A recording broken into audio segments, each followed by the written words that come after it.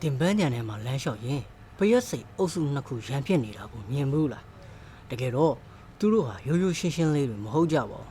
သူတို့ကြားမှာနှစ်ပေါင်းများစွာကြာမြင့်တဲ့လူသားတွေတောင်နားမလည်နိုင်တဲ့မျိုးနွယ်သူစစ်ပွဲတစ်ခုရှိနေပါတယ်ပရက်စိတ်အနီးနဲ့အမဲသူတို့နှမျိုးဘာကြောင့်တစ်သက်လုံးရန်သူတွေဖြစ်နေကြတာလဲဟုတ်ပါတယ်ဒီနေ့မှာတော့ပရက်စိတ်တွေရဲ့စစ်ပွဲနဲ့နေမြေလှူရတဲ့အကြောင်းရင်းတွေကိုကျွန်တော်တို့ Eco Discovery Channel နဲ့အတူတူတူးဆွကြည့်အောင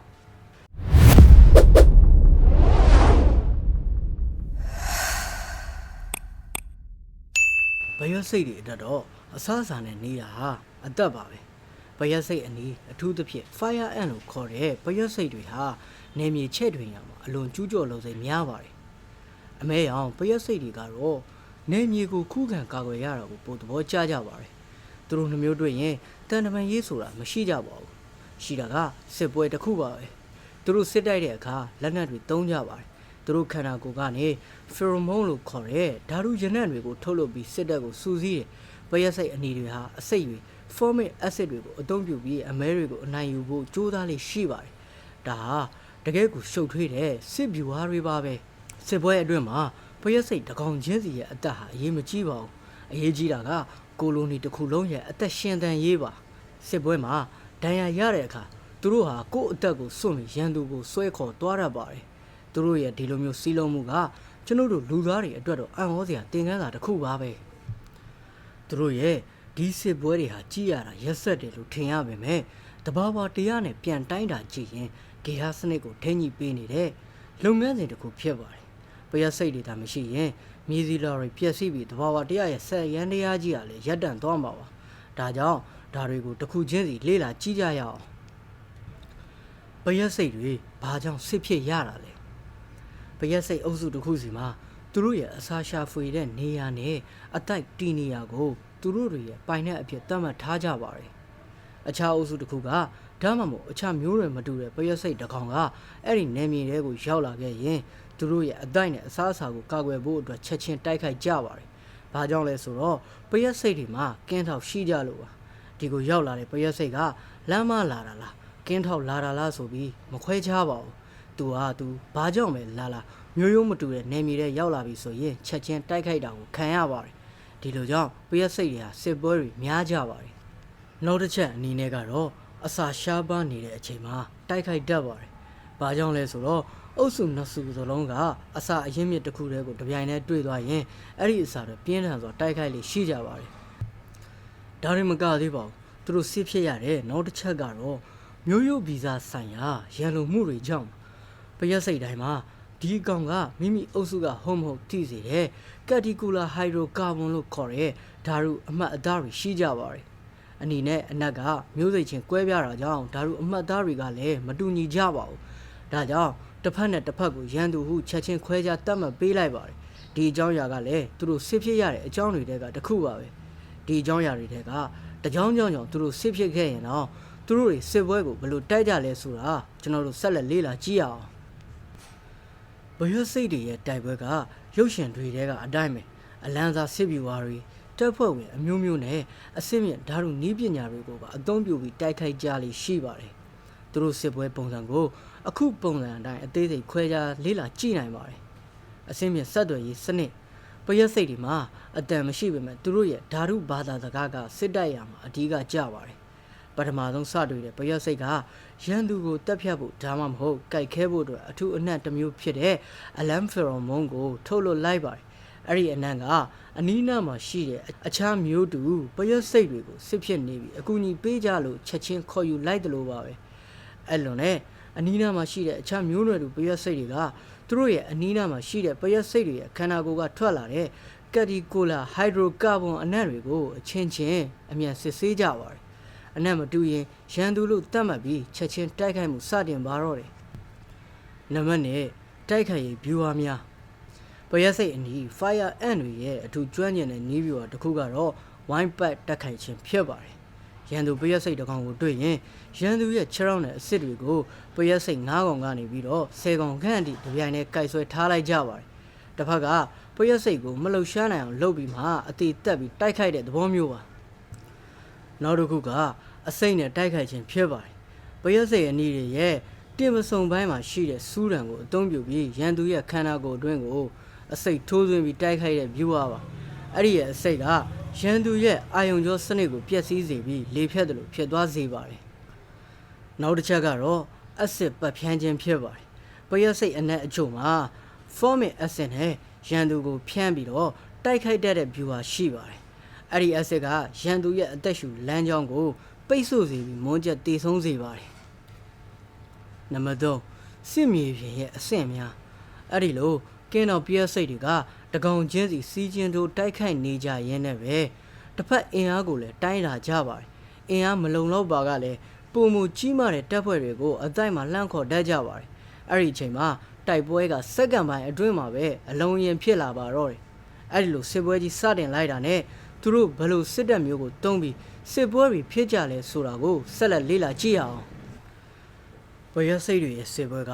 ကျွန်တော်တို့လူသားတွေရဲ့စစ်ပွဲနဲ့တူညီမှုရှိပါတယ်သူတို့မှာတာဝန်ကိုယ်စီခွဲဝေထားတဲ့စစ်အုပ်စုတွေရှိကြပါတယ်တကောင်နဲ့တကောင်ဆက်သွယ်တဲ့စနစ်ကလည်းအလွန်အဆင့်မြင့်ပြီးတော့တိကျပါတယ်အဲ့ဒီအကြောင်းကိုလည်းအသေးစိတ်ဆက်လက်လေ့လာကြည့်ရအောင်နံပါတ်1ကင်းတော်တပ်ဖွဲ့ဒီအုပ်စုကပုံမှန်အားဖြင့်အစာရှာဖို့နဲ့နေမြေစူးစမ်းဖို့ထွက်ခွာသွားကြလိမ့်ရှိပါတယ်သူတို့ကအမြန်ဆုံးနဲ့အပေါ်အပါဆုံးကောင်တွေဖြစ်ကြပါတယ်ရန်သူကိုတွေးပြီးဆိုရင်လည်းချက်ချင်းမတိုက်ခိုက်ပဲအရင်ဆုံးအင်အားခံမှန်းတာတွေရန်သူအတိုက်တီနီယာကိုမှတ်သားတာတွေကိုအရင်ပြုလုပ်လို့ရှိပါတယ်သူတို့ရဲ့အားသာချက်ကကျေပြန့်တဲ့အေရီယာတွေကိုမြန်မြန်ဆန်ဆန်လှည့်လည်စူးစမ်းနိုင်ပြီးတော့အရေးကြီးတဲ့သတင်းအချက်အလက်တွေကိုလည်းအတိုက်ကိုချက်ချင်းပြန်ပို့နိုင်ကြပါတယ်နံပါတ်2တအုပ်စစ်သည်တွေပါပယက်စိတ်တွေမှာဒီအုပ်စုကို soldier case ကိုဓာတ်ရိုက်ခေါ်ဆိုလို့ရပါတယ်ဒီပယက်စိတ်တွေဟာအခြားသောပယက်စိတ်တွေခေါင်းပူကြီးပြီးတော့မေးရိုးတွေကလည်းပုံမတန်မာကြပါတယ်တိုက်ပွဲဖြစ်ပြီးဆိုရင်လည်းရှေ့သုံးကနေရန်သူကိုဖမ်းဆုပ်ပြီးတိုက်ဖြတ်ခြင်းများကိုပြုလုပ်လို့ရှိကြပါတယ်သူတို့ရဲ့အဓိကတာဝန်ကတော့မိမိတို့အတိုက်ကိုကာကွယ်ရန်နဲ့ရန်သူစစ်အုပ်စုကိုတိုက်ခိုက်ရန်ပဲဖြစ်ပါတယ်နံပါတ်3ဓာတုဗေဒတပ်ဖွဲ့အချို့သောပယက်စိတ်တွေမှာရန်သူကိုတိုက်ခိုက်ဖို့အတွက်ဓာတုလက်နက်ကိုအထူးကျွမ်းကျင်စွာအသုံးပြုနိုင်ကြပါတယ်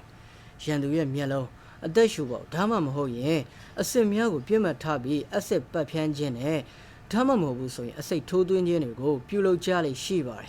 ်ဒီအုပ်စုကတိုက်ပွဲမှာအနိုင်ရဖို့အဓိကတောချက်လည်းဖြစ်ပါတယ်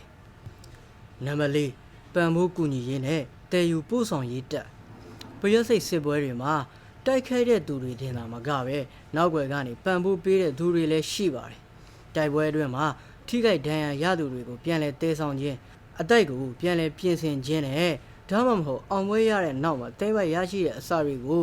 ုတည်ယူခြင်းတွေကိုလှုံ့ဆော်ရပါတယ်သူတို့ကတိုက်ပွဲထဲမှာရှေ့ဆုံးမှာမပါရပေမဲ့လည်းအုပ်စုတစ်ခုရဲ့ရည်ရှိခန္ဓာရည်ကိုထိန်းထားပေးသူများဖြစ်ကြပါတယ်နံပါတ်5စစ်ဌာနချုပ်တိုက်ပွဲကိုဓာတ်ရိုက်ဥမဆောင်လေအဓိကအမိန်ပေးနေတဲ့သူကတော့ပယက်စိတ်ဘယင်မပဲဖြစ်ပါတယ်သူကအတိုက်ရဲ့အသက်သွေးကြောလည်းဖြစ်ပါတယ်အကယ်၍အခြေအနေဆိုးဝါးပြီးအတိုက်ဖြက်စီးခံရမယ့်အရေးကြုံလာပါကအလုတ်သမားတွေနဲ့စစ်တီပယက်စိတ်တွေကဘယင်မကိုအကာအကွယ်ပေးပြီးအခြားနေရာကိုပြောင်းရွှေ့ရန်ကြိုးစားကြပါတယ်အောင်ပွဲရသည်ဖြစ်စေရှုံးသည်ဖြစ်စေဘယင်မကိုကာကွယ်ခြင်းကသူတို့ရဲ့အမြင့်ဆုံးဦးစားပေးဖြစ်ပါတယ်နောက်ဆုံးတစ်ချက်ကတော့စစ်ပွဲရဲ့အမိန်ပေးစနစ်ဖြစ်ပါတယ်ပယက်စိတ်ထဲမှာလူသားစစ်တပ်လို့ဗိုလ်ချုပ်ကြီးပဲမရှိပါဘူးဒါပေမဲ့ collective intelligence လို့ခေါ်တဲ့စုပေါင်းဉာဏ်ရှိပါတယ်သူတို့ကမြေကြီးပေါ်မှာအနံ့လမ်းကြောင်းများကိုရေးဆွဲပြီးဒီနေရာမှာရန်သူရှိတယ်ဒီလမ်းကနေလာခဲ့ကြဘယ်နေရာကနေဘယ်လိုဝင်တိုက်မယ်ဆိုပြီးအမိန်များကိုတကောင်နဲ့တကောင်အလိုလျောက်ပေးဖို့ကြပါတယ်အချင်းချုပ်ပြောပြရမယ်ဆိုရင်ပယက်စိတ်စစ်ပွဲထဲမှာထောက်လန်းရေးစကော့ကရန်သူနဲ့အစာကိုရှာဖွေရပြီးတော့ခြေလျင်တက်ကတော့ရှေ့ဆုံးကနေတိုက်ခိုက်ရပါတယ်ဓာတုဗေဒတက်ကအစိတ်အစစ်ဖြစ်အတာကြီးယူကြပြီးတော့ logistic တက်ကဒဏ်ရာရသူနဲ့အစာကိုတည်ဆောင်ကြပါတယ်အနိုင်ရသွားတဲ့အုပ်စုကရှုံးနေသွားတဲ့ရန်သူပယက်စိတ်တွေကိုအပိုင်းပိုင်းဖြတ်ပြီးတော့အစာအဖြစ်ပြောင်းလဲပြီးတော့အတိုက်စီကိုတည်ဆောင်သွားကြပါတယ်တခါတည်းရန်ပယက်စိတ်အုပ်စုနှစ်ခုကြားမှာတိုက်ပွဲကရက်နဲ့ချီပြီးတော့ကြာရှည်တတ်ကြပါတယ်ဒါကို interration warfare လို့ခေါ်ပါတယ်နှစ်ဘက်စလုံးကအင်အားများနေပြီးအဆုံးအဖြတ်မထွက်မချင်းအမြဲတမ်းအစားထိုးတက်သားတွေကိုထပ်မံဖြည့်တင်းနေကြတာအဲ့ဒီလိုတိုက်ပွဲမျိုးတွေမှာအသက်ရဲ့ဘယင်မပေါ်မှာမူတည်ပြီးတော့အဆုံးအဖြတ်ဖြစ်သွားရပါတယ်ဘယင်မကပုံမှုတတ်မှာပြီးပယက်စိတ်အသစ်တွေကိုပုံမွေးပေးထားနိုင်တဲ့အုပ်စုကနောက်ဆုံးမှာအနိုင်ရသွားလိမ့်ရှိပါတယ် အနစ်ချုပ်ပြောရမယ်ဆိုရင်သူတို့ရဲ့စစ်ပွဲကအထူးလေးကျင်ထားတဲ့စစ်သားများကဲ့သို့စီးလုံးခြင်းဓာတုဗေဒလက်နက်အသုံးပြုခြင်းနဲ့အသက်ကိုမငယ်ပဲပေးဆက်တိုက်ခိုက်ခြင်းတို့နဲ့ဖွဲ့စည်းထားတဲ့အင်မတန်ထူးခြားတဲ့သဘာဝပြည့်စင်တစ်ခုပဲဖြစ်ပါတယ်စစ်ပွဲပြီလို့အနိုင်ရသွားတဲ့ပယက်စိတ်တွေကအလွန်ရက်ဆက်ပြီးစနစ်ကျတဲ့လှုပ်ဆောင်ချက်များကိုချက်ချင်းလှုပ်ဆောင်ကြလိမ့်ရှိပါတယ်အနိုင်ယူပြီးနောက်လှုပ်ဆောင်ချက်များစစ်ပွဲပြီးရင်အနိုင်ရသွားတဲ့ပယက်စိတ်တွေကရှုံးနေသွားတဲ့ရန်သူပယက်စိတ်တွေရဲ့အလောင်းတွေကိုအပိုင်းပိုင်းဖြတ်ကအတိုက်တို့တည်ဆောင်သွားကြပါတယ်သူတို့တော့ကတော့ရန်သူရဲ့ခန္ဓာကိုယ်ဟာအသားတဲ့ပရိုတင်းပြည့်ဝသောအစားအစာဖြစ်ပါတယ်အနိုင်ရတဲ့ပယက်စိတ်တွေကသူ့ရဲ့ရန်သူအတိုက်ထဲကိုဝင်ပြီးတော့သူတို့ရဲ့ဥတွေလာဝေးတွေကိုရှာဖွေကြပါတယ်အဲ့ဒီဥတွေလာဝေးတွေကိုအစာဖြစ်စားသုံးခြင်းဒါမှမဟုတ်အချို့မျိုးစိတ်များကိုပြန်လည်မွေးမြူခြင်းကိုလှုံ့ဆော်ကြပါတယ်ပြီးတော့ရန်သူရဲ့အတိုက်ဟာတိဆောက်ပြီးသားအတိုက်ဖြစ်တာကြောင့်အဲ့ဒီအတိုက်ကိုဆက်လက်သိမ်းပိုက်ပြီးမိမိတို့ရဲ့အတိုက်အဖြစ်ပြောင်းလဲအသုံးပြုတတ်ကြပါသေးတယ်။ပယက်စိတ်တွေရဲ့စစ်ပွဲကပျော်ပွဲရှင်ပွဲမဟုတ်ပဲရှင်သန်ရက်တည်ရဲ့အတွက်မဖြစ်မနေလှုံ့ဆော်ရသောလုပ်ငန်းစဉ်သာဖြစ်ပါတယ်။သူတို့ရဲ့အင်မတန်စီးလုံးမှုရှိပြီးဓာတုလက်နက်များကိုကြမ်းကြမ်းစွာအသုံးပြုပြီးမိမိအတိုက်နဲ့ဘယင်မကိုအသက်ပေးကာကွယ်ကြတဲ့စနစ်တကျရှိသောဓာတ်ဝါများလည်းဖြစ်ကြပါတယ်။မိတ်ဆွေတို့ရောအခုအကြောင်းအရာနဲ့ပတ်သက်ပြီးဘာတွေတွေးမိလဲကောမန့်မှာဆွေးနွေးပေးခဲ့ပါဦးနောက်ထပ်ဘယ်လိုအကြောင်းအရာတွေကိုနားထောင်ခြင်းလဲဆိုတာကိုလည်းကောမန့်မှာပြောခဲ့ပြလို့ရပါတယ်အခုလိုစိတ်ဝင်စားစရာကောင်းတဲ့ဗီဒီယိုတွေကိုကျွန်တော်တို့ Eco Discovery Channel မှာအမြဲတင်ဆက်ပေးသွားမှာဖြစ်လို့ကျွန်တော်တို့ channel လေးကို subscribe လုပ်ထားကြပါဦးကျွန်တော်ကတော့ Eco Discovery Channel ရဲ့ပင်တိုင်းတင်ဆက်သူ MKT ပဲဖြစ်ပါတယ်အဆုံးထိကြည့်ပြီးတဲ့တယောက်ချင်းစီ line ကိုလည်းကျေးဇူးတင်ပါတယ်နောက်ဗီဒီယိုမှာပြန်ဆောင်ကြမယ်